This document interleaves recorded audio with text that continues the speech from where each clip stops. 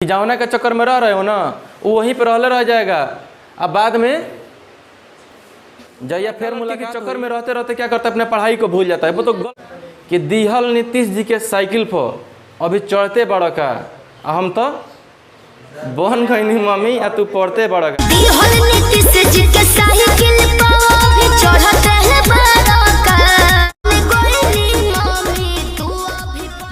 मैं नहीं दे सकते हैं सोचने के लिए। उत्सर्जन का मतलब होता है, आप जानते हो कि हम जो भी खाना खाते हैं, खाना खाते हो ना सब लोग, देखो जो भी खाना खाते हो, क्या उसकी शुद्धता का, उसके गुणवत्ता का आप ख्याल रखते हो कि ये शुद्ध है, इसमें कोई किसी मतलब कि कोई पॉइजन नहीं है। अब देखो पॉइजन तो पर डे हम लोग खाते हैं, ठीक ना, लेकिन पता नहीं चल पाता है।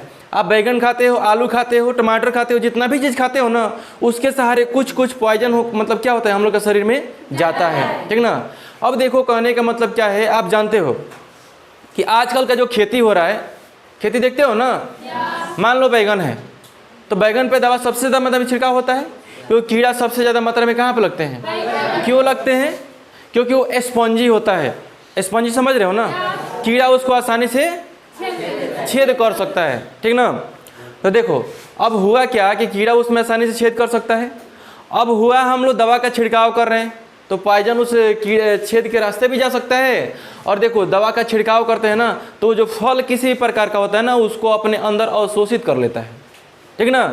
मान लो कोई भी फल हो, टमाटर हो गया, अंगूर हो गया, आम हो गया, केला हो गया, चाहे जो भी चीज़ ले लो, दवा मान लो कि आज हेते है, आज दवा छिड़क दिए, कल जाके देखो खेत में क्या ऑटोमेटिक बढ़ जाता है। हम कहते हैं कि मान लो कि तुमको घाव हुआ है, ठीक ना, और तुम्हारे बगली में लाके हम दवा रख देते हैं, ठीक हो जाओगे ना, बताओ ठीक हो सकते हो, नहीं हो सकते। उसको क्या करना पड़ेगा, खाना पड़ेगा, या जहाँ पे घाव हुआ है वहाँ पे लगाना पड़ेगा। दो ही कंडीशन है। तो देखिए वैसे ही होता है क्या कि हम लोग जो चीज़ भी खाते हैं उसकी गुणवत्ता का जांच नहीं करते हैं और धक्का-धक खा लेते हैं, तो वो अपशिष्ट पदार्थ होता है। अपशिष्ट का मतलब होता है खराब, और खराब चीज़ शरीर में जाएगा तो हानि पहुंचाएगा कि नहीं पहुंचाएगा, पहुंचाएगा ना। तो देखो वही होता है अपशिष्ट पदार्थ। लेकिन एक बात समझो कि अगर शरीर से वो बाहर नहीं निकले तो समस्या तो करेगा, करेगा ना। तो इसीलिए हमारे शरीर में भगवान बड़ी चालाक थे, ये खाएगा, ठीक ना, कौनो ना कौनो चीज़ ही खाएगा, ठीक ना। तो क्या किए, शरीर में कुछ ऐसा आइटम मैंने अंग बना दिए, ठीक ना, जो क्या होता है उस पॉइजन को, उस जहर को क्या करता है, वो बाहर निकाल देता है, उस अपशिष्ट पदार्थ को क्या करता है, बाहर निकाल देता है। अब बताओ कि बाहर नहीं निकलता तो कितना दिन जीते हम लोग, ज़्यादा दिन तक नहीं जीते। ऐसे भी पहले के लोग 150 साल जीते थे और अब 60 साल जी रहे हैं। अब कितना निकालेगा भाई, किडनी का भी तो अपना कोई क्षमता है, फेफड़ा का अपना कोई क्षमता है, त्वचा का अपना कोई क्षमता है, सबका अपना कोई कुछ ना कुछ कैपेसिटी होता है कि नहीं होता है।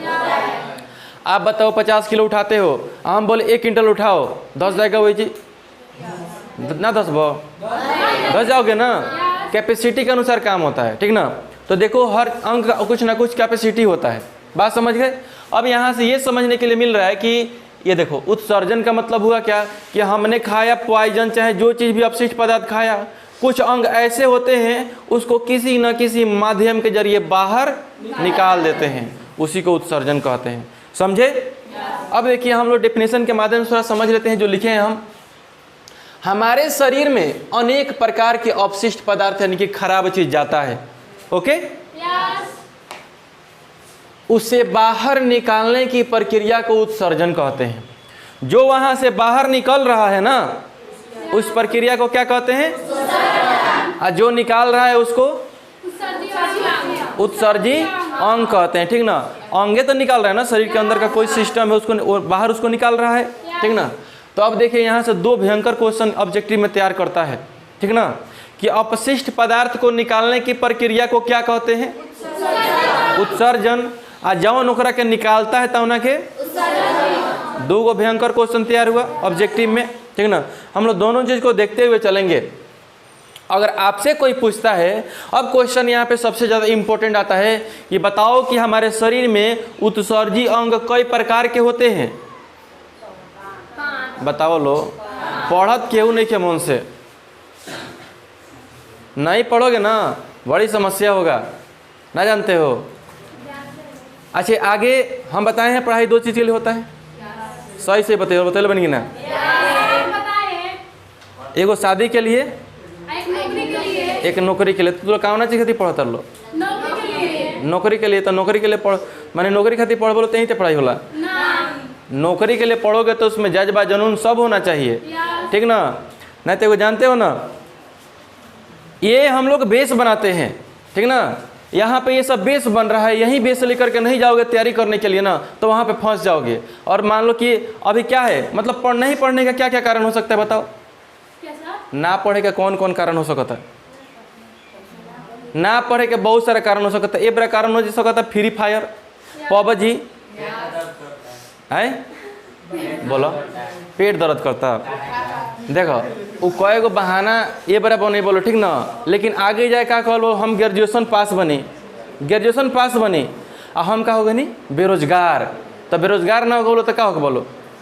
मान लो कि पढ़ाई ईमानदारी से ना हुई, ये बेस बनता है। पढ़ाई ईमानदारी से ना हुई तो आगे जाके अगर कंपटीशन की तैयारी करता लो तो क्या लिख बोलो, क्या पढ़ बोलो जी। ये तो सब बेस ना हो।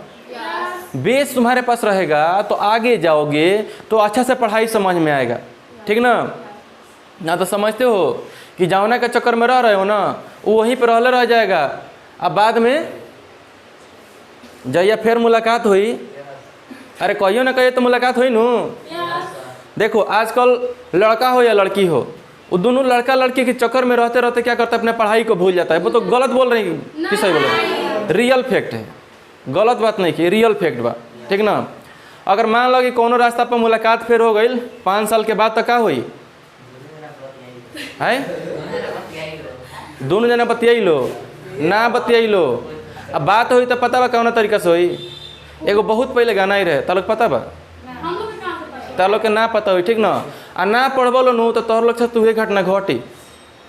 कौन घटना जानते हो, कौन गाना आया था कि दिहल नीतीश जी के साइकिल पर अभी चढ़ते बड़ा का, हम तो बन गई नहीं मम्मी आ तू पढ़ते बड़ा का। सुने हो ना आए, नहीं गाना नहीं बदले हैं, और रियल फैक्ट है, एकदम रियल फैक्ट है। अगर मान लो कि किसी दिन अगर बोल दी ना तो सारा ये तो एकदम पानी निहर बहर जी वही जी, ठीक ना। तो वही से ईमानदारी से पढ़ो, सब कुछ सही से हो, ठीक बा। 1 2 3 4 5 कई प्रकार के होते हैं, 5 प्रकार के उत्सर्जी अंग होते हैं। बात समझ रहे हो ना। देखो एक होता है त्वचा। हम लोग सबसे पहले एक नीचे तुम लोग पढ़ लो, हम क्या लिखे पढ़ो तो ब्रिक लिखे हैं, यानी किडनी। यूरिया पेशाब का क्या करता है, उत्सर्जन करता है। और यहाँ पर देखो क्या लिखे हैं, हम लोग उसी पे सबसे ज़्यादा ध्यान देंगे क्योंकि मुख्य वही है। बाकी सब तो थोड़ा बहुत करता है, हम थोड़ा बहुत का यहीं पे चर्चा कर देंगे। बात समझ रहे हो ना। चलो देखो यहाँ पे पूरा कॉन्सेप्ट क्लियर करने का। देखो ये त्वचा है, त्वचा को इंग्लिश में क्या बोलते हैं, स्किन बोलते हैं। तो ये देखो पसीना और नमक, बात ना समझ में, ये क्या है, त्वचा है ना। है क्या है, सब त्वचे है। अब पसीना सब जगह से निकलता है, तब पसीना में होता है टॉक्सिन, होता है कि नहीं होता है। वो टॉक्सिन हमारे शरीर के अंदर अगर घर बना लेगा तो समझ लो कि बहुत प्रकार के बीमारी हुई। कितना जना के पसीना ना होला देखिए लो कि बीमारी के घर उनका देह में हुई। बात सही बात। तो त्वचा क्या करता है जी, ये भी उत्सर्जन करता है, ठीक ना। उत्सर्जन करता है कई के, पसीना का करता है, ठीक ना। अब पसीना कैसा लगता है, नमकीन लगता है, ठीक ना। अब नमकीन लगता है तो इसको बोल सकते हो ये अम्लीय हो सकता है, सही है, ठीक ना। अब ये अम्लीय हो सकता है, ये चीज़ बना यहाँ पे। अब देखो क्या मतलब यही है, खाली यही मतलब, ये तो खैर मान लो कि पसीना का करता है। और वही पसीना कैसा लगता है, तो हम उसको NaCl बोल सकते हैं। सोडियम, सोडियम कैसे, सोडियम नमक को बोलते हैं ना जी। नमक नमकीन लगता है जी, आके चीनी जैसा लगता है, नमकीन लगता है ना। देखो चलो तो ये पसीना नमक से क्लियर होना। हम बताए थे ना कि अगर ये हम लोग के नाक में का क्या होता है, जो बाल होता है ना, वो क्या होता है, वो तो छानने का काम करता है ना। तो वो तो उत्सर्जी अंग में ना वेला, लेकिन उत्सर्जन तो वो तो करता ना। के उत्सर्जन करता है, माने के उत्सर्जन करता है ना, के उत्सर्जन छानने का, ठीक ना। क्या छान रहा है ना, नाक में के नकटी छान रहा है, ठीक ना। वो कैसा लगता है, वाह वाह वाह भी नहीं वाह नमकीन लगता है, ट्राई किया है। चलो देखो, बोर्ड पर देखो, ये क्लियर हुआ? पसीना निकलता है। तो है जी, मैंने अब डिफिनेशन बनाना है तो बना सकते हो कि त्वचा एक प्रकार का उत्सर्जी अंग होता है जो हमारे शरीर से पसीना का उत्सर्जन करता है, जिसमें बहुत सारे टॉक्सिन होते हैं। बना कि नहीं बना? तो बना सकते हो। बढ़े आगे, देखो अब हुआ फेफड़ा। फेफड़ा कोई बताएगा फेफड़ा के बारे में? फेफड़ा क्या करता है? लॉन्ग्स, इंग्लिश समझ लो नु काटी कारी। देखो ये क्या करता है? CO2, CO2 क्या होता है जी? Carbon dioxide. हमनी के कार्बन डाइऑक्साइड लेनी सोन की छोड़े नहीं सो? छोड़े नहीं सो ना। तो देखो हम लोग कार्बन डाइऑक्साइड को छोड़ते हैं और पेड़ पौधा हम लोग को ऑक्सीजन देते हैं, और हम लोग ऑक्सीजन लेते हैं और कार्बन डाइऑक्साइड छोड़ते हैं। अगर वही कार्बन डाइऑक्साइड हमनी के शरीर में अगर रहले रह गई तो बात समझ रहे हो ना? वो हम लोग के लिए नहीं बना है, वो किसके लिए बना है? पेड़ पौधा उससे अपना भोजन तैयार करता है, ठीक ना? हम लोग ना तैयार करते हैं। देखो यहाँ पे तो इसीलिए क्या करता है? कार्बन डाइऑक्साइड का भी उत्सर्जन कर देता है, बाहर नहीं निकलता है, निकाल देता है। वाष्प भी हमारे शरीर से देखना कि ठंडी वगैरह में स्नान करने पर देखो अभी भी निकलता है लेकिन दिखाई नहीं देता है, ठीक ना? तो उसमें से वाष्प को भी बाहर निकालता है और वाष्प के जरिए भी उत्सर्जन हमारे शरीर से होता है। अब यहाँ पे बलगम है। बलगम के बारे में बताइए क्यों डॉक्टर भाई? में नहीं सर। चलो ठीक है। बलगम उसे कहते हैं जब बोलो कबो खांसी हो नो, खांसी हुई तो कहाँ जे बोलो डॉक्टर कले, तो डॉक्टर कले जे बोलो तो पूछी कि सूखा खांसी बा आ कि बलगम आनी को में से खखार आवता। खखार समझ रहे हो ना? एक बार झोंका पर मारे हुमच के तल एक बाल्टी ना, तो उसे ही बलगम कहते हैं। जो निकलता है एकदम गाढ़ा गाढ़ा रहता है, चिपचिपा ना। पूछता है कि बलगम कैसा रहता है तो उसको देख लेना कैसा रहता है? चिपचिपा रहता है, ठीक ना? कितना देखते ना ना, झूठ बात मत बोली लो। कितना जना खांसे ले लो मुँह पर रखे तहे में निकल जा, फेंकी लो तो देख ले बड़ा ध्यान से, चौपर चौपर करे लटे तो वो चिपचिपा होता है, ठीक ना? वो चिपचिपा होता है। तो देखो ये बलगम समझ गए? बलगम अगर शरीर में रहे, सुने हो सबसे जो छोट छोट लड़का होता है जौना का जन्म होता है ठंडी में, ओकरा सबसे ज़्यादा कौन बीमारी होता है? बलगम बीमारी है रे। हम बता रहे हैं निमोनिया होता है। निमोनिया में देखल का होला? निमोनिया में ओकर छाती लगेला बैठे। छाती काहे लगेला बैठे? ओमें इतना ना मतलब कि क्या माने बलगम पकड़ लेता है ना, खखार पड़े खांसी नो। जब दवाई डॉक्टर देता है खांसी नो तो हमें से मतलब का निकली खाली लारे पोटे नियर, उसमें से मतलब ओकर बलगम निकलेला, ओकर का कहला खखार कहल जाला ना, वो निकलता है बाहर। तो डॉक्टर क्या करता है? उसका मतलब कि उत्सर्जन सही से नहीं हो पाता है, तो डॉक्टर क्या करता है? दवा देता है उसको उत्सर्जित करने के लिए, और देखने की उसका सेकाई भी कहता है। सेकाई करने से क्या होता है? वो जो बलगम होता है पिघल जाता है, समझ रहे हो ना? पिघल के बाहर निकलने लगता है, ठीक ना? तो CO2 वाष्प बलगम कहीं पर दिक्कत बा? आगे बढ़ जाओ। देखो अब यहाँ पर है बड़ी आंत। एक पहले क्लास में कौन क्लास चलत रहे? पेट में गैस क्यों बनता है बताए थे ना? पेट में गैस क्यों बनता है? कुछ लोग नहीं आए थे इसमें, कुछ लोग आए हुए थे। अब देखो पेट में गैस क्यों बनता है, हम उससे बड़ी आंत के बारे में बताए थे।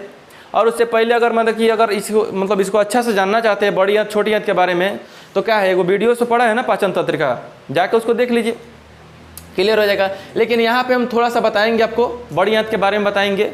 देखिए बड़ी आंत होता क्या है कि जो हम लोग खाना खाते हैं, खाना सब लोग खाता है ना?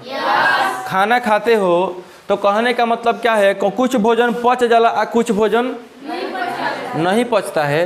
तो वो अनपचे भोजन को, उसका सिर्फ यही काम ना है, उसका और भी काम है। वो है अनपचे भोजन को वो क्या करता है? बाहर निकालने का काम करता है। कौन?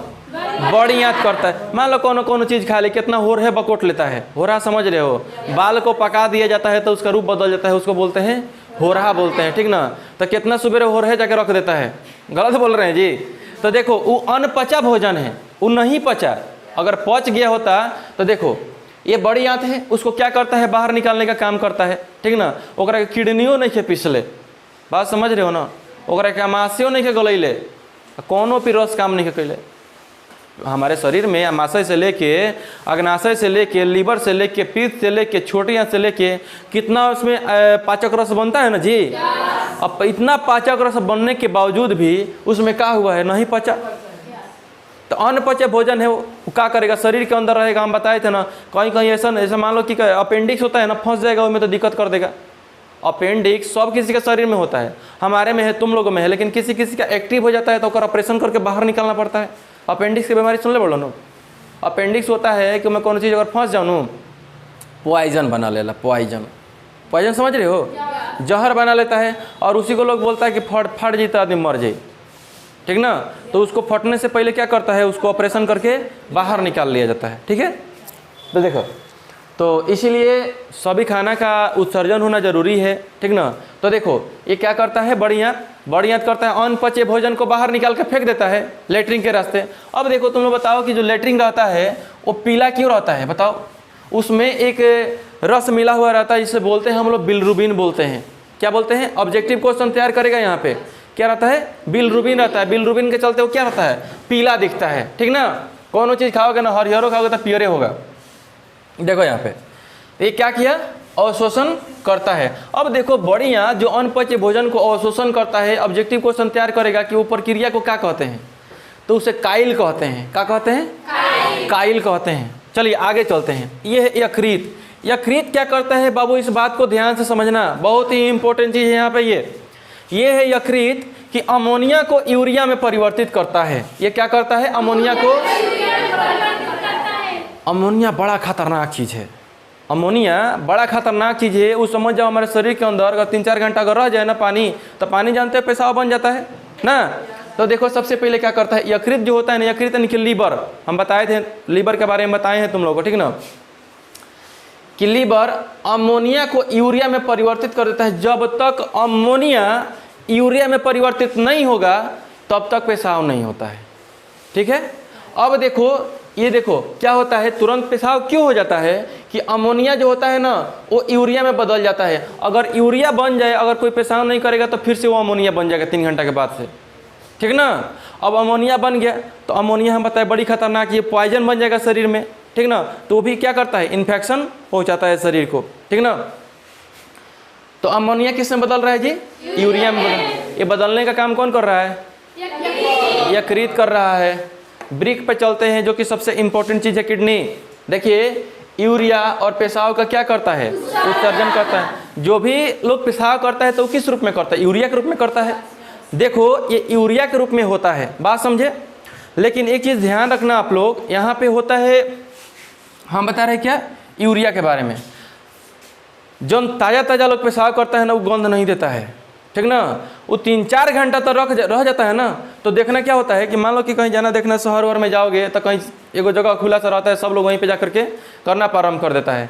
और उसको मतलब क्या होता है, कुछ दिन के बाद से लगता है वहाँ पे बहुत ज़्यादा स्मेल आने। तो हम क्या बताएं, यूरिया अगर 3 से 4 घंटा तक रह जाएगा, वो क्या बन जाएगा, अमोनिया बन जाएगा। और वो अमोनिया के चलते ही क्या देता है, गंध देता है, ठीक ना। और अमोनिया इतना खतरनाक है, देखना कि कोनो गाछ है चाहे कोनो दीवार है, वहाँ पे अगर कोई लगातार पेशाब करने प्रारंभ कर देता है तो दीवारें गिर जाता है या गाछे सूख जाता है। इतना खतरनाक चीज़ है, बात समझ रहे हो ना। अमोनिया खतरनाक चीज़ है। चलो ये सबका क्लियर, आगे बढ़े, चलिए देखते हैं आगे। अब हम लोग क्या करेंगे, हम इसके बारे में बता दिए हैं, इसके बारे में बता दिए, इसके बारे में बता दिए। लेकिन जो ब्रिक है, ब्रिक को हम लोग बहुत ही मतलब अच्छा तरीका से समझेंगे, क्योंकि सबसे इंपॉर्टेंट चीज़ हमारे शरीर में क्या है, किडनी है, ठीक ना। तो चलिए हम लोग किडनी को समझते हैं। आप जानते हो कि हम लोग के शरीर में किडनी की संख्या कितनी होती है, 2 होती है। एक को रही तो काम चल जाए, बात समझ चलो। देखो यह प्रमुख उत्सर्जी अंग है, कौन सी, किडनी। किडनी प्रमुख उत्सर्जी अंग है। अब देखो रक्त को छानता है, ये क्या करता है, रक्त को छानता है। किडनी क्या करता है, रक्त को छानता है। ये सिर्फ रक्त को छानने का काम करता है, ना ही कि उसको क्या करता है? शुद्धिकरण का काम करता है। शुद्ध करने का काम किडनी ना करता है, सिर्फ उसमें से क्या करता है? छान देता है रक्त को, माने उसमें से अलग अलग कर देगा, प्रोटीन मिनरल्स वगैरह सब निकाल के अलग अलग कर देगा, और रक्त को खाली बोलेगा जाओ। बात समझ रहे हो ना? हम पढ़ेंगे आगे नेफ्रॉन जब बताएंगे ना, तो उसमें हम लोग का एक चीज़ क्लियर होगा। लेकिन बस यहाँ पे इतना ही समझो कि रक्त को छानने का काम कौन करता है? किडनी करता है। और उसके शुद्धिकरण का काम कौन करता है? फेफड़ा करता है, ठीक ना। अब देखो ये क्या करता है? किडनी क्या करता है जी? पेशाब का निर्माण करता है। अभी बताएं, यहाँ पे हम बता रहे थे ना किडनी में, तो देखो ये पेशाब का निर्माण के बात भाई कुछ नहीं है। ये इसका pH मान 6 होता है, और हम बताए हैं कि 7 से नीचे जो भी रहता है अम्लीय होता है, ठीक ना, अम्लीय हो गया। अब देखो सबसे इंपॉर्टेंट चीज़ यहाँ पे आता है कि यह जहर को निष्क्रिय कर देता है। हम आपसे पूछते हैं, बताइए कि अगर मान लो कि कौन जहर पी रहा है, जहर पीता है लो ना जी, खिसिया के कितना कितना जहर पी लेता है ना। खिसिया के जहर नहीं पीना चाहिए, बात समझ रहे हो ना। मान लो उसके भरोसे भी कितना लोग जी रहा है, नहीं जी रहा है जी। खिसी में तब पी लेगा, अब बाद में क्या होगा? अगर छोड़ दिया जाए तो मर जाएगा सब ना। देखो ये सब तो सबसे पहले करना ही नहीं चाहिए। तुम बात का जवाब बात से दो, चाहे शांत रह जाओ। अरे तोरा जहर के लिए कौन जरूरी बा? कितना लोग फांसी लगा लेता है, ठीक ना। ये नदी में जाके कूदता है, कल कौन को दिखा रहा था कि कौन दोनों हाथ काट लिया है ना। देखो वो सब करने से कुछ ना मिलता है, ठीक ना। ये जो जिंदगी है ना, बड़ी तपस्या के बाद मिली हुई है बाबू, मिली हुई है ना, तो इसका कुछ काम करो, इसका यूज करो अच्छा काम करने में। बात समझ रहे हो ना? चलो हम समझते हैं। एक किडनी जो होता है ना, किडनी जो होता है जहर को ही निष्क्रिय कर देता है। तो क्वेश्चन पूछ देगा कि बताओ कि अगर कोई जहर पी रहा है ना, कौन जहर पियता ना, तो बताओ कि अगर डॉक्टर पता लगाएगा तो कौन चीज़ में से पता लगाएगा? किडनी में से पता लगाएगा, आकि फेफड़ा में से पता लगाएगा? है ना किडनी में से, और ना फेफड़ा में से, और ना ही अमाशय में से। पढ़त नहीं खा मन से करी। देखो हम बताए थे उस दिन, बताए थे कि पेट में गैस क्यों बनता है, तब पूरा पाचन तंत्र का फोटो बनाए थे ना। तो पाचन तंत्र का फोटो बनाए थे, तब अब बताओ कि सबसे पहले भोजन कहाँ जाता है? मुंह में जाता है, फिर अमाशय में जाता है। उतनी सा नॉवल रहता है ना, ये ऐसा रहता है नहीं, नॉवल रहता है ना, तो वहाँ से आस्ते आस्ते गिरता है, और उसके बाद से जाता है कहाँ? वहाँ अमाशय में जाता है। अब कहोगे सर अमाशय को प्रभावित करेगा, तो अमाशय को प्रभावित नहीं करता है, वो खाली वो फेंटने का काम करता है। जौन चीज़ भेजेगा ना खाना के रूप में, पानी भेजोगे, खाना भेजोगे, चाहे जौन चीज़ भेजो, वो खाली फेंटेगा, कोनो फर्क नहीं पड़ता है में। और वो फेंटेगा तो हम बताए थे आप लोगों को कि सबसे पहले कहाँ जाता है? हेजी तो अग्नाशय रहता है ना जी, हेजी कौन लगा रहता है? ये जी लीवर लगा रहता है, ठीक ना। लीवर ना पित्त को तैयार करता है, तो सबसे पहले इफेक्टेड किसको करेगा? लीवर को करेगा। मान लो कि इससे हम जहर पी लिए, जहर पीने के बाद से कहाँ जाएगा? सबसे पहले यहाँ पे इसमें जाएगा, तब न जाके इसमें मिलता है जी, अग्नाशय में मिलता है। तो देखो हम ऐसा नहीं बोलेंगे कि मैंने किडनी के प्रभावित ना करी, लेकिन सबसे पहले क्या करी? आज सबसे पहले तुम बताओ, हम बढ़ा रहे थे तुम लोगों का आपदा में कि अगर मान लो समुद्र से चक्रवात उठता है, तो सबसे पहले केकरा के सबसे नष्ट करता है? उसके सीमावर्ती क्षेत्र को नष्ट करता है। तो सबसे पहले क्या भेटा में? लीवर, ठीक ना। तो लीवर भेटा गया पहले, तो लीवर को क्या किया? वो बर्बाद कर दिया, ठीक ना। अब बर्बाद करने के बाद से किसको बर्बाद करने चला है? नीचे बर्बाद करने अग्नाशय को। अच्छा, उसके बाद से कौन आता है? किडनी को, ठीक ना। लेकिन बर्बाद करेगा, लेकिन तनी कम करेगा। तो इसीलिए डॉक्टर को पता लगाना हो तो सबसे पहले क्या जांच करेगा? आज से सारा कंसेप्ट भुला जाओ, ठीक ना। बस याद रखना कि लीवर का जांच करेगा वो, ठीक ना। लीवर को जांच करेगा तब तो किडनी में जाकर तो निष्क्रिय कर देगा, वो जहर को ही निष्क्रिय कर देता है वो। समझ रहे हो ना? जहर को क्या करता है? निष्क्रिय कर देता है। देखो अब ये है, ये समझ में आ गया। अब चलते हैं झिल्ली। ये जो किडनी होता है ना, इसके ऊपर एक झिल्ली बनी रहती है। हम झिल्ली का नाम ये ना लिखे हैं, कैसा तो कॉम्प्लेक्स हो जाता है। बात समझ लो कि प्याज के ऊपर जिस प्रकार से झिल्ली बना रहता है ना, उसी प्रकार से किडनी के ऊपर भी एक झिल्ली बना रहता है। उस झिल्ली को हम लोग क्या बोलते हैं? देखो यहाँ पे लिखे हैं, पेरिटोनियम बोलते हैं। क्या बोलते हैं? पेरिटोनियम बोलते हैं। ये डायरेक्ट हिट करता है क्वेश्चन ऑब्जेक्टिव में। अब देखो यहाँ पे कि बाहरी भाग, देखो यहाँ पे हम समझाए हैं कि ये है जो है ना, ये सब बाहरी भाग हम बनाए हैं। ये हो गया तुम्हारा इंटरनल भाग हो गया, समझ रहे हो ना। ये इंटरनल भाग है। तुमसे पूछ दे कि बताओ कि किडनी के इंटरनल भाग को क्या कहते हैं, यानी कि आंतरिक भाग को क्या कहते हैं, तो क्या कहोगे? मेडुला। डायरेक्ट क्वेश्चन हिट करेगा। और उसके बाहरी भाग को क्या कहते हैं? कार्टेक्स कहते हैं। क्या कहते हैं? कार्टेक्स कहते हैं। समझ गए? चलिए आगे बढ़ते हैं।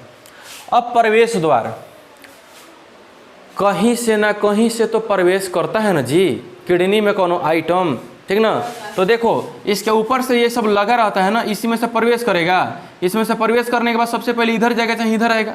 बात समझे? ठीक ना। अब कहोगे ना सर नीचे जाए गिर जाएगा, ये नहीं गिरेगा। समझ रहे हो ना? गिरता भी तो सब बना होने के कहाँ गिरता है, इसमें गिरता है तो कहाँ चलता है? ब्लडर में चल जाता है, मूत्राशय में चला जाता है। तो देखो यहाँ पे गया, और इसका द्वार जो हम बोले हैं प्रवेश द्वार, तो प्रवेश द्वार को क्या बोलेंगे जी? Renal helium. क्या बोलेंगे? 2 बार बोलोगे याद हो जाएगा। रेनल हीलियम हो गया ना। चलो देखो, अगर कोई पूछता है कि बताओ कि सबसे ज़्यादा मात्रा में यूरिया कहाँ पे इकट्ठा रहता है, तो क्या बताओगे? रेनल हीलियम के पास, क्योंकि ये होता है प्रवेश द्वार। समझ गए? चलिए यहाँ तक क्लियर। और सबसे यहाँ पे इम्पोर्टेंट चीज़ एक आता है, इसका इकाई, यानी कि जो किडनी होता है ना, किडनी का इकाई यानी कि सबसे छोटी मतलब क्या यूनिट उसका क्या होता है? तो वो होता है नेफ्रॉन। और ये हम लोग के किडनी में नेफ्रॉन की संख्या अगर कोई पूछता है तो कितना होता है?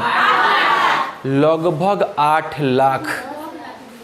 एक होते तो किडनी में 8 लाख नेफ्रॉन होता है, ठीक ना। तो देखो यहाँ पे 8 लाख नेफ्रॉन हुआ यहाँ पे। अब हम लोग क्या करेंगे? नेफ्रॉन का चित्र बना करके उसको अच्छा से समझेंगे। ये बताओ कि यहाँ पे सब लोग समझे कि नहीं समझे? चलो एक बार समझा देते हैं। हम क्या बताए? किडनी 2 गो होता है। एक किडनी में कौन तुम लोग को अंतर दिख रहा है? एगो किडनी है तो निशा नीचे है, एगो तो निशा ऊपर है। का है? यानी लीवर एक दाहिने बगल से दबले है, और लीवर का हुआ तो दाब दिया है नौकरा के, तो दाहिना बगल का क्या होता है? किडनी तो निशा छोटा ना होता है, धसा देता है। क्या किया? दाब के धसा दिया है। समझ गए? तो देखो ऐसा निशा नीचे है। अब देखो ऊपर इसका कोई आकृति बना है ना जी, यहाँ पे इसको बोलते हैं अधिकृत, जिसको एड्रिनल ग्रंथि बोलते हैं। एड्रिनल ग्रंथि बोलते हैं। अब देखो हम ये हमारा किडनी हो गया, ब्रिक हो गया। ये देखो जो भी पेशाब बनता है ना, जो भी मूत्र बनता है, वो कहाँ पे आके इकट्ठा होता है? ब्लडर में इकट्ठा होता है। ब्लडर यानी कि उसे हम लोग मूत्राशय बोलते हैं, ठीक ना। तो यहाँ पे इकट्ठा होता है लगभग इसमें आधा लीटर के आसपास मूत्राशय इंस्टॉल हो सकता है, ठीक ना। और ये हो गया मूत्र मार्ग। और यहाँ से देखो ये सब नस है। ये क्या है जी? ये नस है जो किससे जुड़ा रहता है? मूत्राशय से जुड़ा रहता है। और इसी नस के सहारे क्या होता है? इसमें से किडनी में से मूत्र बन करके कहाँ चला जाता है? मूत्राशय में चला जाता है। बात समझ गए अच्छा से? आगे बढ़े हम। चलिए ठीक है, आगे बढ़ते हैं। देखिए हम बोले थे कि अब हम लोग पढ़ेंगे नेफ्रॉन के बारे में, ठीक ना। ये बहुत ही इंपॉर्टेंट चीज़ है, ठीक ना। इस पे ध्यान देना है। देखो नेफ्रॉन है, लग रहा है कि मशीन गन लिए खड़ा है ना, वैसे ही लग रहा है। तो देखो तुम लोग इस फिगर को समझ जाओ ना, तो फिगर को समझ के तो समझो कि मैक्सिमम चीज़ को तुम लोग समझ गया। कौन machine? Drill machine. Drill machine क्या करता है? होल करता है। चलो ठीक है।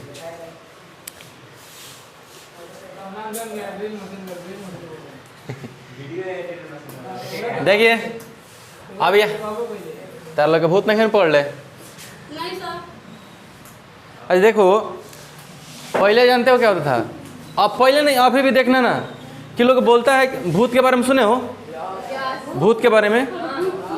भूत पर डे मुर्गा मार के खाएगा, खोसी मार के खाएगा, तो ओकर भूत ना घूमेगा? एगो बुढ़िया मर गई तो ओकर भूत घूम रहा है? बताओ ना। वही में अजीब अजीब प्रकार के बात बतियाता। हम गए थे बसवारी में, वहाँ देखे कि बुढ़िया का भूत आया है, अधो के चाँप दिया उकरा के ना।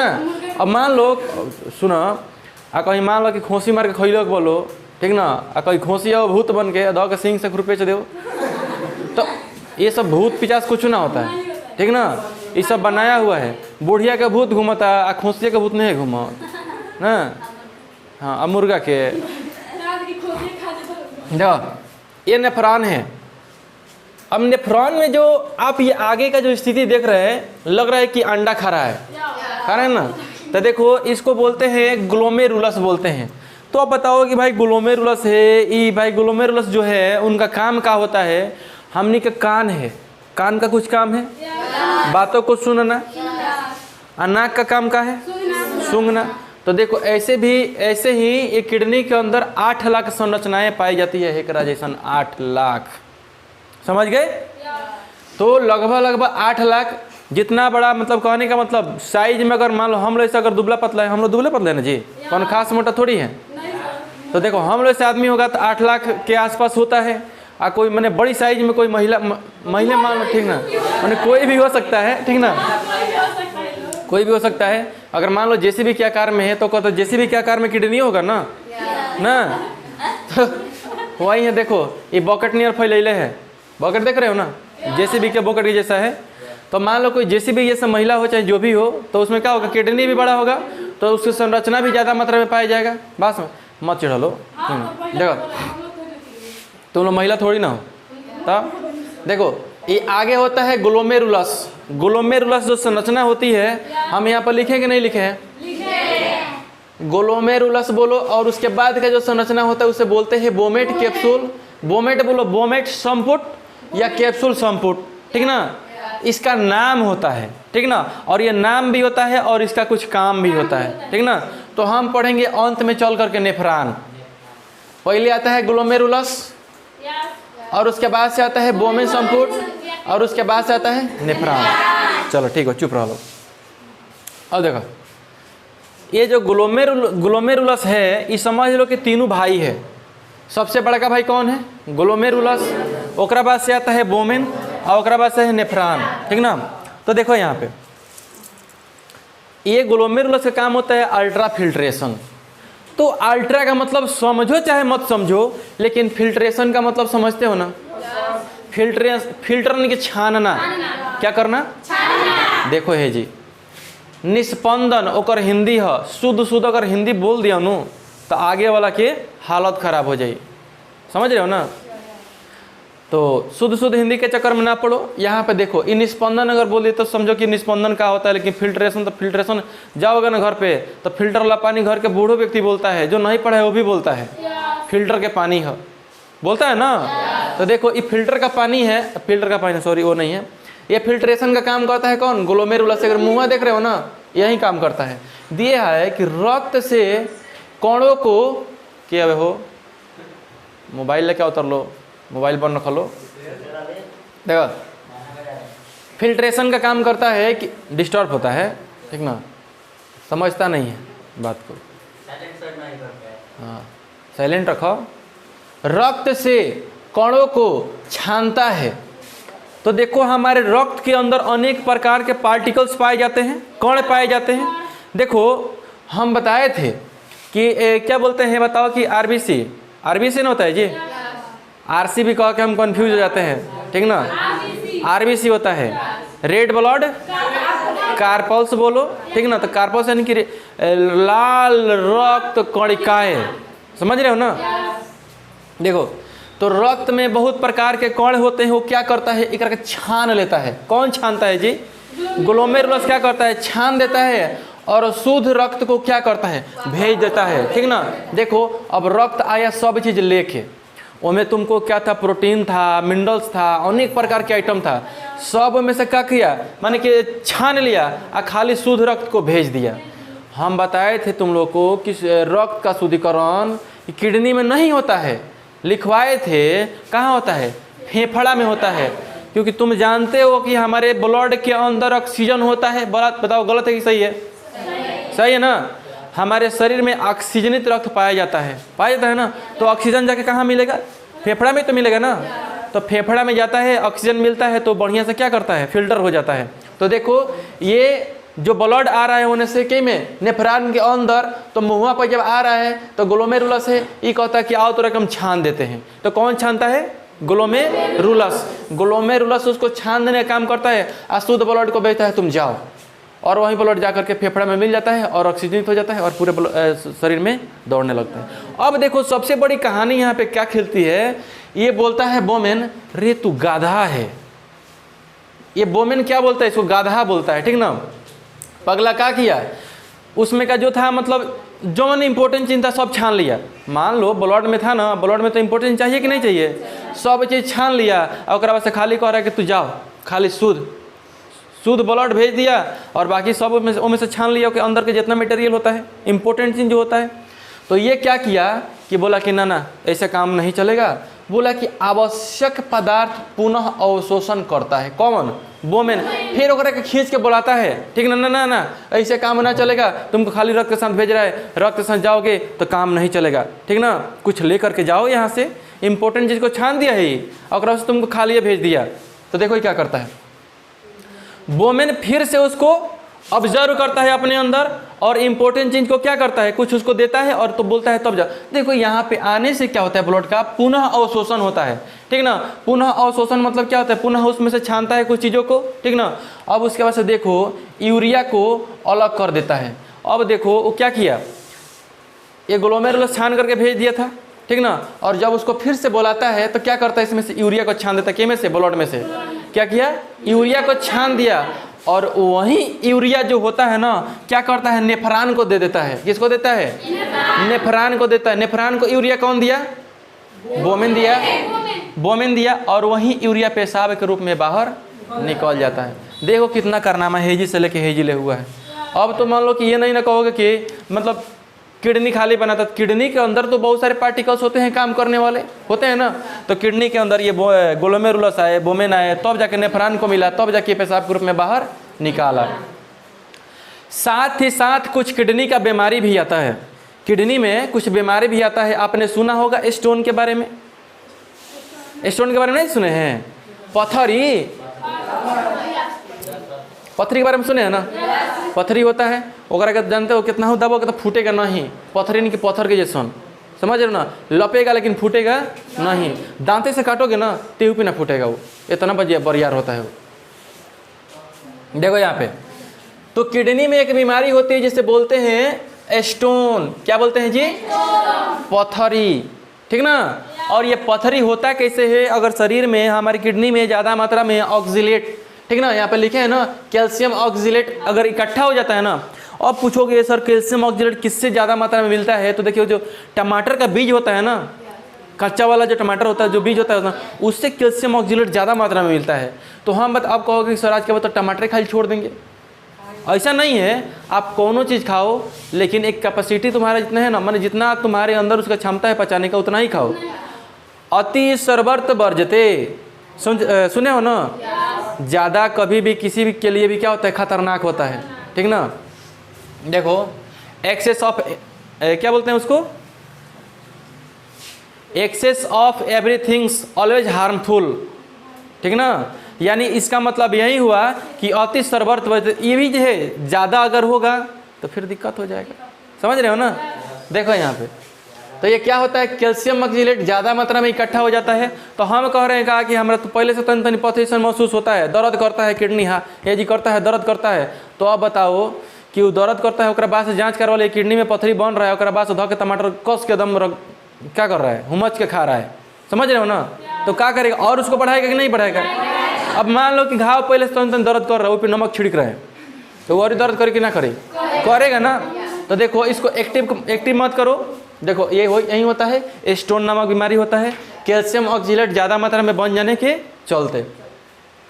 यूरेनिया एक बीमारी होता है, हमारे शरीर में अगर अमोनिया ज़्यादा बन जाए, हम बताए थे ना आप लोग को, अमोनिया बड़ी खतरनाक होता है, अमोनिया बहुत ही खतरनाक होता है। अगर ज़्यादा मात्रा में बन जाएगा ना तो बीमारी उत्पन्न कर जाए, जिसे बोलते हैं हम लोग यूरेनिया बोलते हैं उसको, उस बीमारी को।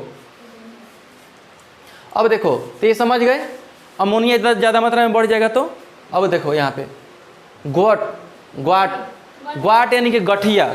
गठिया में देखते हो कि क्या होता है कि गठिया देखो सबसे ज़्यादा किसको होता है, बूढ़ पुरानी आदमी जो होता है ना, तो गठिया उन्हीं लोग को ज़्यादा पकड़ता है। और गठिया पकड़ता का है कि जब इंसान बुजुर्ग होने लगता है ना, तो उसके शरीर में एक द्रव होता है साइनोबियल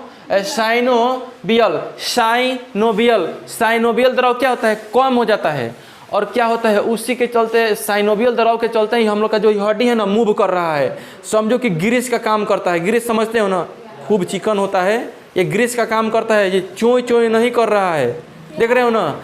वो में क्या होगा कि मान लो बुजुर्ग लोगों में साइनोबियल दबाव होता है ना, कम हो जाता है। और वैसे करेगा तनी से बैठ, अरे बाप रे बाप, बैठता है ना, देख बड़ी परेशानी होती है बैठने में। बैठेगा चलेगा, अरे माई रे, इस कितना बहुत दर्द का है। अब तुमको हम कहते हैं कि ये मुड़ने में दिक्कत कर रहा है, का है तुम्हें साइनोवियल द्रव कम हो गया है, ठीक ना।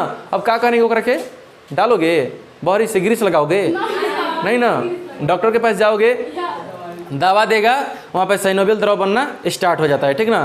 तो ऐसे गठिया ऐसी बीमारी है जो जल्दी ठीक ही नहीं होती है, ठीक ना। अब समझ लो कि अगर मुड़ने में दिक्कत कर रहा है, दर्द कर रहा है, तो कौन द्रव कम हो गया है, साइनोवियल द्रव कम हो गया है। तो इससे कौन बीमारी उत्पन्न होता है, गठिया होता है। देखो ये जी वह लिखे हैं, ग्वाट में गठिया बनता है यूरिक एसिड का बढ़ना। देखो यूरिक एसिड बढ़ जाएगा, यूरिक एसिड बढ़ेगा तो ये क्या होगा, ये वाला कम कर देता है, इसको जैसे बढ़ता है ना तो मार देता है, किसको, इसको साइनोवियल द्रव को मारता है और वो कम हो जाता है, और कम हो जाने के चलते एक बीमारी जो उत्पन्न होता है उसे बोलते हैं गठिया, ठीक ना। समझ गए, आगे बढ़ी। देखो अब देखो यहाँ पे दिया है किडनी।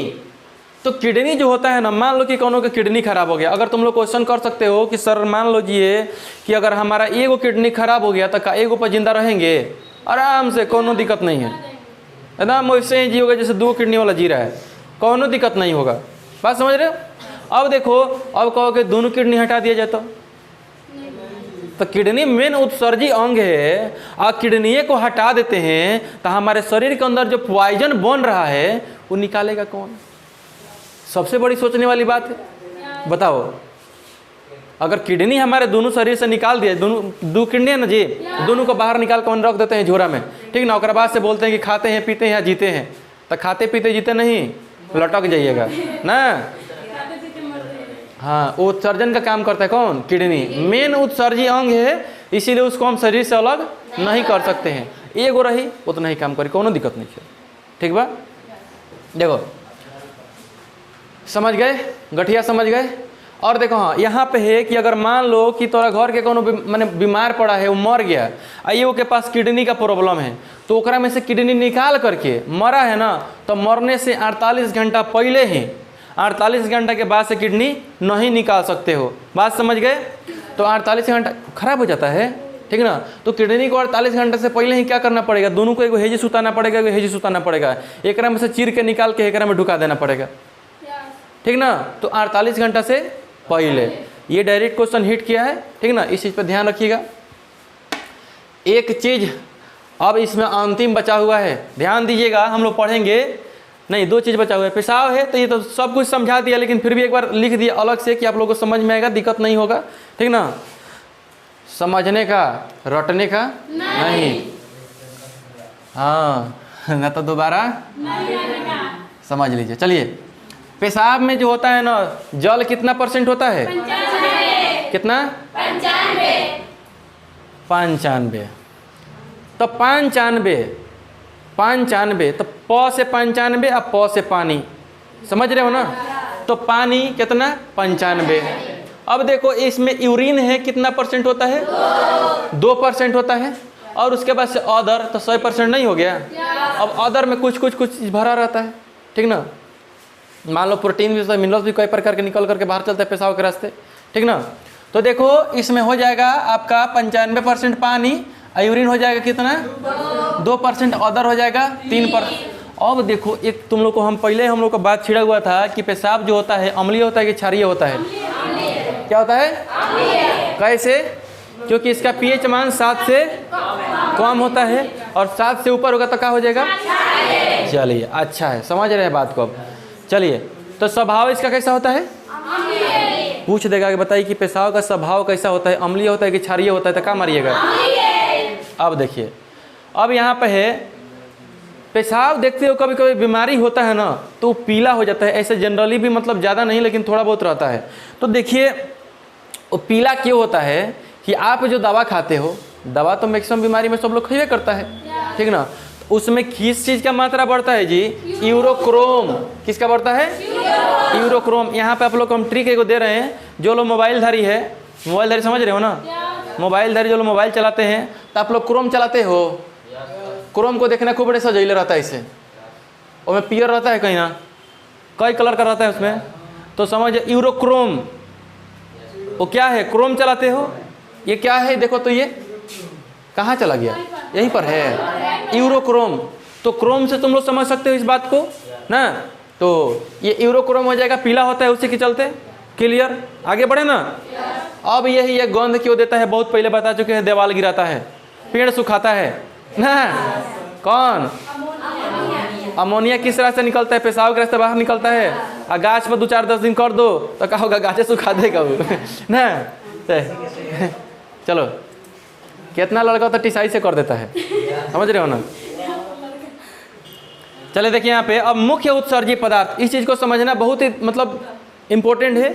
यह मुख्य उत्सर्जी पदार्थ होता क्या है, तब पादप हो जाएगा, और यहाँ पे यूरोटेलिक हो जाएगा, यूरेकोटेलिक हो जाएगा, अमोनोटेलिक हो जाएगा, ग्वानोटेलिक हो जाएगा। इस चीज़ को बाबू ध्यान से देखना तुम लोग, ठीक ना। यहाँ पे हम लोग किस में आते हैं, तो देखो सबसे पहले पादप में पेड़ पौधा आ जाएगा। कितना जाता है ना, तो अगर हाथ में अगर टांगी मिल जाए चाहे कुछ मिल जाए तो छप छप छप छप उतारते चलता है ना। तो अब देखो छप छप उतारते चलता है, तो सबसे बड़ी समस्या वहाँ पे ये होता है कि दूसरा दिन जाके देखोगे ना, तो वहाँ पे क्या निकला हुआ रहता है पता है? वहाँ पे निकला हुआ रहता है, चले देखिए हम क्या बता रहे थे, पादप जो होता है उसमें पेड़ पौधा आता है। अब बता रहे थे कितना छप छप काटते चल रहे, दूसरा दिन जाके देखे लाशा निकला है। और लाशा खाती कितना लोग काट देता है, कल लाशा निकाल के लेके जाएंगे, और ऐसा क्या होगा, कॉपी साटेंगे। वाह, पूरा दिमाग लगाया है। आए मुंह सटता है, अच्छा, पतंग सटता है लोग, चलो अच्छा है। लेकिन पेड़ पौधा को नहीं काटना चाहिए। पेड़ पौधा को काटा जाता है ना, तो उसमें से लाशा निकलता है, गोंद निकलता है, वही उसका क्या होता है, उत्सर्जी पदार्थ होता है, ठीक ना। अब देखो यूरोकोटेलिक, अब देखो टेलिक मतलब क्या होता है, बाहर निकालना। क्या होता है? बाहर निकालना। तो बताओ यूरोकोटेलिक में क्या निकलता है, यूरिया बाहर निकलता है। अभी तुम लोग को बताए हम कि मनुष्य जो होता है पेशाब के रूप में यूरिया को त्यागता है, समझ गए ना। बड़ा पसीना हो रहा है। देखिए स्तनधारी, तो स्तनधारी जो होते हैं ना, अब समझ लो कि स्तनधारी कहने पर इस चीज़ को ध्यान से समझना। स्तनधारी में क्या सिर्फ महिलाएं आती हैं या पुरुष भी आते हैं? महिला और पुरुष होते हैं ना, दोनों आते हैं। दोनों के पास स्तन होता है, लेकिन महिलाओं के पास स्तन ग्रंथि होता है। पुरुष के पास सिर्फ स्तन होता है और महिलाओं के पास स्तन ग्रंथि होता है, ठीक ना। हाई क्लास में जाओगे पढ़ोगे तो पता चल जाएगा। इसी स्तन ग्रंथि के चलते क्या होता है, 12 या 14 वर्ष के बाद उन लोग के स्तन में उभार आने लगता है, ठीक ना। तो देखो यहाँ पे जो कि पुरुषों में स्तन ग्रंथि नहीं होता है। देखो तो ये तो पशु भी उसमें आ जाएंगे, मानव भी आ जाएंगे। तो ये दोनों किस चीज़ का त्याग कर रहे हैं, यूरिया का त्याग कर रहे हैं, यूरिया का उत्सर्जन कर रहे हैं। दिक्कत है, आगे बढ़ें। अब देखो यहाँ पे यूरोकोटेलिक में है कि यूरिक एसिड। यूरोकोटेलिक में क्या होता है, यूरोको में जो चीज़ का त्याग करते हैं उसे बोलते हैं यूरिक एसिड। तो देखो यहाँ पे क्या हो जाएगा, पक्षी हो जाएगा, सरीसृप हो जाएगा। तो पक्षी वर्ग में भी बहुत सारे चीज आते हैं। और हम तुम लोग से बोलते हैं कि सरीसृप में 2-4 को एग्जाम्पल बताओ। नागिन डांस करते हो हैं? बारात में तो देख लो मैंने कितना जना के। कौन प्रिंस का वीडियो है? हम नागिन डांस किए थे। हम नाग देखे थे, ठीक ना, एनाकोंडा को देखे थे। हाँ वो डांस कर रहा था लो, ठीक ना। हम थोड़ी बहुत मैंने इस समय देखो बिहार शादी का सबसे फेमस डांस क्या है, नागिन डांस है, ठीक ना। तो नागिन डांस में कैसे डांस करता है लो, चलिए देखिए मैंने हम ना दिखाने के लिए नहीं बोल रहे। देखो अब वो क्या करता है, सांप रेंगता है, देखता है गिर जाएगा, और वही जो खूब मतलब समझ रहे हो ना, खूब छटपटा नाचेगा। यानी क्या कर रहे हो, नागिन डांस। अब देखो सांप वैसे ही चलता है, कछुआ वैसे ही चलता है, ठीक ना। और वो रेंग के चलता है। तो रेंगने वाले जितने भी जीव होते हैं ना, सब सरीसृप में चले आएंगे। बात समझ रहे हैं? तो देखो ये सरीसृप जो भी होता है ना, सरीसृप हो जाएगा। और पक्षी वर्ग में जितने भी आ जाएंगे, कौवा हो जाएगा। कौवा देखे हो? हाँ, खाए हो? अच्छा है। देखो पक्षी वर्ग में आ जाएगा, सरीसृप में आ जाएगा। तो ये जो भी होते हैं ना, क्या त्यागते हैं जी, यूरिक एसिड त्यागते हैं। हाला मत कर लो, ठीक ना। क्या त्यागते हैं जी, यूरिक एसिड त्यागते हैं। अब देखो आगे हम लोग को पढ़ना है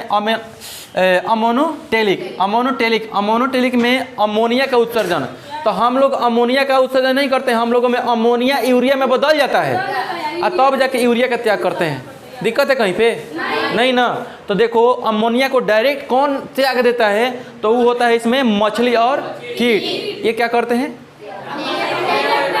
डायरेक्ट अमोनिया को ही त्याग देते हैं। ये यूरिक एसिड बनने का वो लोग समय नहीं लेता है, ये डायरेक्ट क्या करते हैं? अमोनिया को ही त्याग देते हैं। तो मछली में भी जहाँ समझ गए, शार्क हो गया, धर लो 2-4 को मछली के नाम।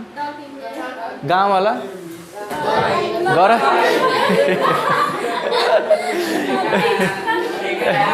शांत रहिए, हाला मत कीजिए। गौराई मछली का नाम धर रहा है, ठीक ना? पाटिया देखिए बरा रही है। देखिए ये क्या करते हैं? मछली और कीट क्या करते हैं? मछली और कीट होते हैं ना, ये डायरेक्ट अमोनिया को ही त्याग देते हैं। और हम लोग क्या करते हैं? अमोनिया को यूरिया में बदल के उसको त्यागते हैं। आगे देखिए, अंत भला तो सब भला, समझ ना? ग्वानोटेलिक, टेलिक मतलब समझा दिए हैं बाबू, क्या होता है? बाहर निकालना, त्यागना, समझ रहे हो? तो ग्वानीन का त्याग कौन करता है? ग्वानीन का उत्सर्जन कौन करता है? मकड़ी। क्या करती है? मकड़ी। देखे हो मकड़ी पे एगो फिल्म बना है। चुप लो। मकड़ी देखिए, वो छोड़ दीजिए उसको। ना उसमें एगो मकड़ी भी है, आगवा ने छुपल है एगो। चले और समझ लीजिए, एगो मकड़ी पर फिल्म बना है स्पाइडरमैन। ओकरा के मकड़ी काट लेती है, ठीक ना? और में से निकलता है एगो छारा नियर, ठीक ना? ऐसे करता है ना तो जाके सड़ जाता है गाछी पर, 25 तला बिल्डिंग पर फट चढ़ जाता है। अच्छा देखो हमारे छात्र कितने टैलेंटेड है, ठीक ना? गुरु ही रह गया, चेला चीनी बन गया ना। चलिए अच्छा है, ऐसे बोल रहा है ना। चलिए अच्छा है, कोई दिक्कत नहीं है। अब यहाँ पे एक क्वेश्चन आप सबके लिए, माने देखो हमारी भाषा में आज का पढ़नी सुन, उत्सर्जन तंत्र। कहीं पे केहू के दिक्कत? अच्छा समझ में आया? चलिए, जब अच्छा से समझ में आया है ना, तो आप लोग तो यहाँ पे पढ़ रहे हो, और जो लोग ऑनलाइन माध्यम से पढ़ रहे हैं, ठीक ना? अगर उन लोग को वीडियो अगर अच्छी लगी है, अगर समझ में आया है, तो आप वीडियो को लाइक करें, सब्सक्राइब करें और कमेंट करें, ठीक ना? और कमेंट में ये भी लिखिए कि आपको वीडियो कैसा लगा है। अगर अच्छा लगा है तो अच्छा लिखिए, और अच्छा नहीं लगा है तब वो लिखिए, ठीक ना?